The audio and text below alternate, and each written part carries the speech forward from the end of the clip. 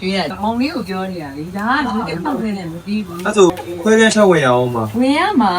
ဒီတိုင်းထားမလို့လား လှနေလေကိုလေ ဒါမနာဘူး လှလေးပဲ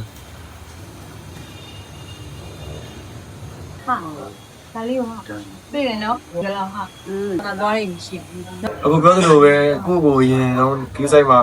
သမီးကိုပြီးဆိုင်နိုင်မှာကိုကိုကျမ်းမအောင်နေနော် တွေ့ရချင်းလို့ရ အခုနာမည်မမီလား ကျုပ်ရှင်မင်းသား တော့ခုနာမည် မင်းသားဟုတ်ကဲ့ အကြီးဆုံးရော နာမည်ပြည့်စုံကိုမင်းပြည့်စုံဟုတ်ကမင်းမောင်ဟာမင်းမောင်လေဟုတ်ကမင်းသား ပါရမယ်ပြီတော့ဟမ်ဟုတ်ကဲ့ဟုတ်တယ်တော့တကြီးလိုက်လေကိုနဲ့ဒါချက်တွေ့ရမှာ